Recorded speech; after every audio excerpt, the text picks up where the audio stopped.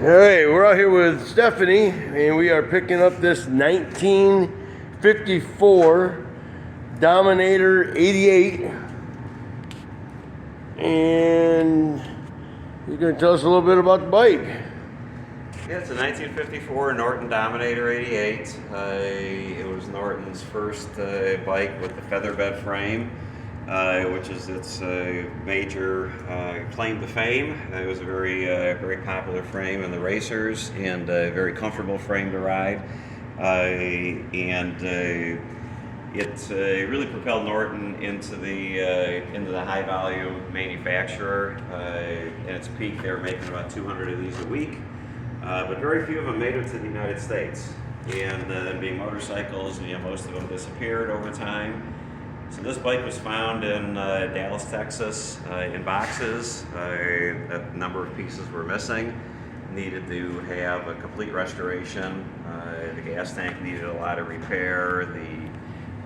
The speedometer dashboard was missing. So sourcing parts for this was a bit of a challenge. Did you find the parts? I did, yeah. I'm sorry, did you find it in the box in Dallas? Well, no, I was found on eBay. You found the bike on eBay? Okay, they listed it there? Yeah. Okay. I just wondered if it was one of those things that you happened to just come across it? Or? Yeah, no, it was on eBay. So certain things like the dashboard metal pieces are not remanufactured. I was fortunate to find the top half of it on eBay as well. The gauges on eBay, the underside I needed to track down a gentleman in the south of England. It took me about a year and a half to find him. And through contacts on Facebook, Norton Dominator pages, tracked the guy down, and he had 3 of the pieces left. And I was able to snag one of them. And that was literally the hardest part to find on the bike.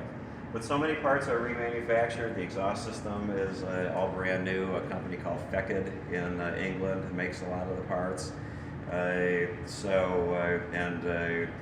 There are a lot of Norton suppliers in England, so for engine parts and such, it's all readily available. So this is all original, not like remanufactured. It's all original Norton to the year? To the year, yeah. Yes. I mean, some of the stuff is remanufactured, like the exhaust system is new. So the rims are new. Certain things like that were just so deteriorated that they couldn't be reused. But they're very high quality reproductions. Very.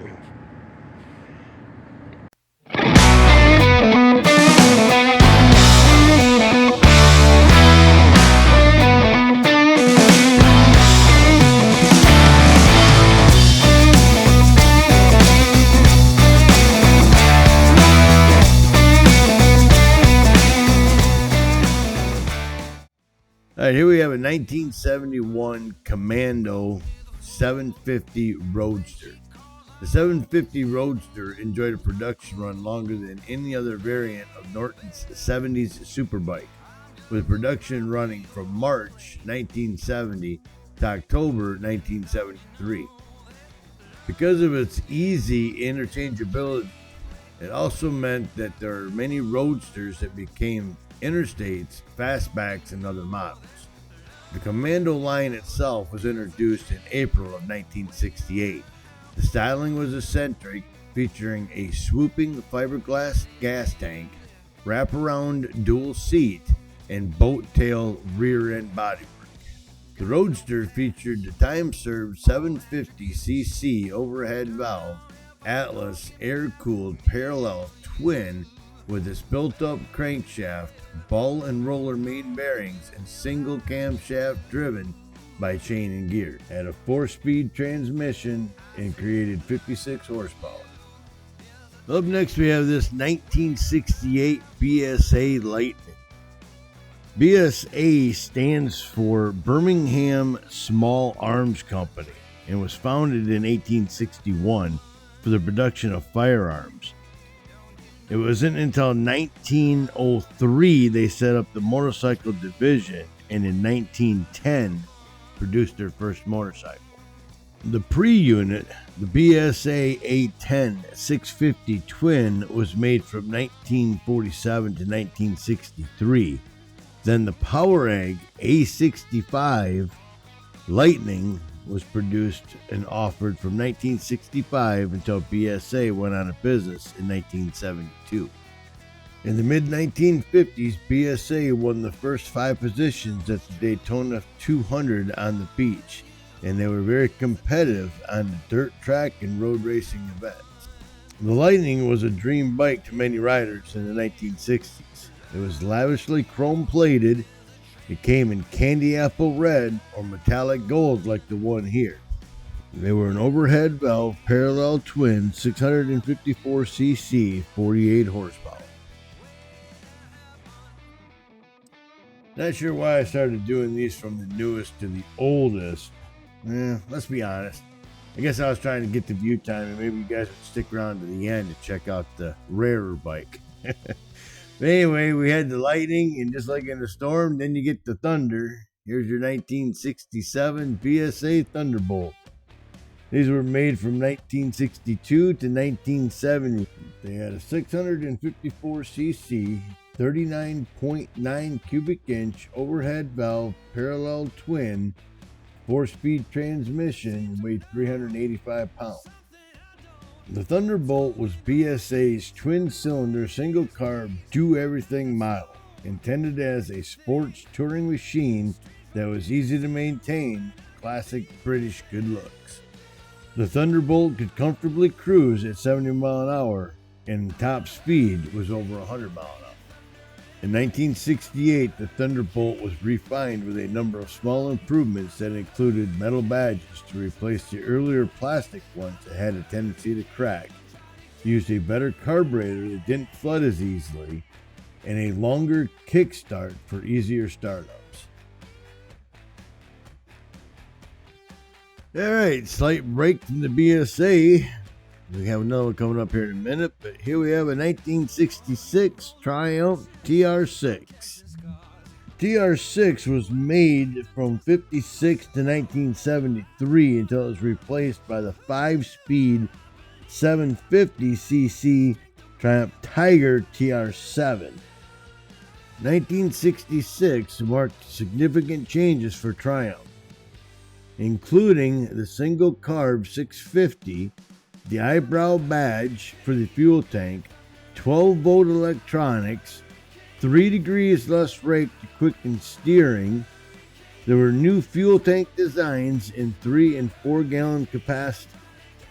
There's a 649cc, 40 cubic inch, 42 horsepower, 4-speed right shift transmission, weighed 363 pounds, and had a top speed of 105 miles an hour. Alright, back here with another BSA, this one being a 1956 BSA GoldStar. The GoldStars were produced from 1938 to 1963, and they came in 2 engine configurations, one being the M24, which was a 348cc, 21.2 cubic inch, and the B32, which was a 499cc, 30.5 cubic inch. And each motorcycle came from the factory with documented dynometer test results, allowing the new owner to see the horsepower that it produced.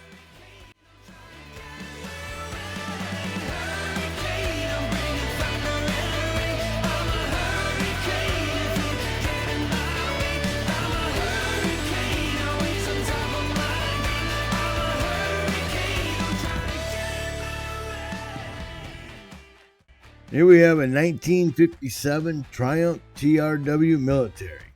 The TRW goes back to the early days of World War II, when designer Ed Turner drew up plans for a model called the 3TW. The military contract he hoped to win called for a machine powered by an engine greater than 250cc, but the entire package couldn't tip the scales over 250 pounds. His 350cc parallel twin engine featured overhead valves, and power wasn't really created until 3,000 RPMs, which meant it got noisy. And that's not an attribute of a machine meant for military use. However, by 1948, Triumph launched the TRW. Built through 1964, it was 499cc, 16.8 horsepower, 4-speed transmission with an overall weight of 320 pounds. Could get 70 to 80 miles to the gallon at 30 miles an hour with a dry weight of 300 pounds. It had a quiet exhaust, so it didn't draw attention to the enemy. It could climb steep grades and go through streams with as much as 15 inches of water. The British military finally abandoned the TRW in 1969.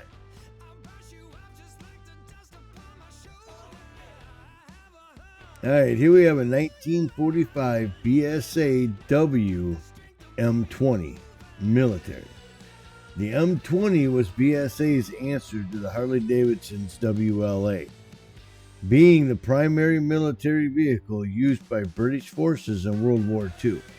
The M20 used a 496cc single-cylinder side-valve motor with a 4-speed gearbox, and its production began before the war as a civilian motorcycle that was adapted to military use with certain downgrades in the specs. Although initially viewed as a near failure by the War Office in 1936, the M20 evolved into one of the longest serving motorcycles in the history of British military motorcycling, as well as becoming the most numerous type produced for World War II with 126,000 in active service.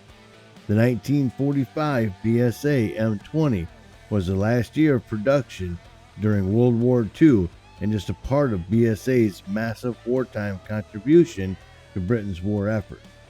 After the war, ex-military M20s were sold off inexpensively in batches by the thousands and were typically civilianized by dealers before selling them to UK customers.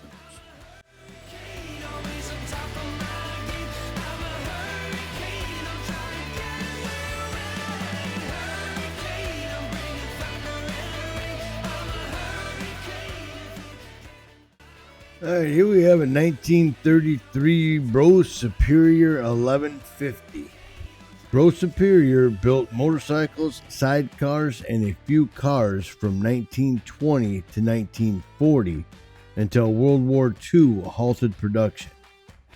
The 1150 remained in production from 1933 till 1939, and about 308 in total were made, some being exported to Canada and Australia to fill police orders. Brough motorcycles were described in period literature and advertising as the Rolls-Royce of motorcycles. Big, touring, quality motorcycles with large, by British standards, V-twin engines and nice details like the nickel-plated fuel tanks and leather toolkits. Broughs were at the top of the British two-wheeled designs. George Brough personally certified every motorcycle built in his Nottingham, England factory. But Brough was not an engine maker. British engine builder J.A. Prestwich, JAP, supplied the engines. JAP engines powered other brands of motorcycles and even some Morgan three-wheelers, also British made. In 1933, there was 73 of these bikes made. They had 1,096cc and approximately 32 horsepower.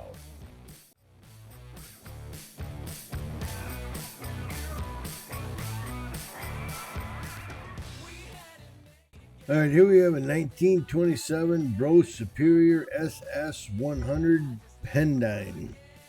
It's an overhead valve, air-cooled, 996cc, 45 horsepower, 50-inch V-twin. The Pendine was Brough's high-performance machine. Semi-street legal, a production racer, but it's also a feast for the eyes for anyone who enjoys fine machinery. Brough took great pains to separate his machines from the typical bikes of England at the time. In the 1927 Brough sales catalog, it says that every SS100 Pendine model is guaranteed to have been timed to exceed 110 miles an hour before delivery to the customer. In 1927, the thirst for speed was strong in England. George Brough was thirstier than most. Pendine Sands, a 7-mile long, firm, flat expanse of beach on the south coast of Wales, some 220 miles west of London, was a place for land speed record runs. Other than Glenn Curtis's run on a one-off motorcycle powered by a V8 aircraft engine, George Brough's 1928 record speed of 130.6 miles an hour on an SS100 was the fastest speed in the world for a solo motorcycle. Some report he blew the engine on the return run, so there was no official record.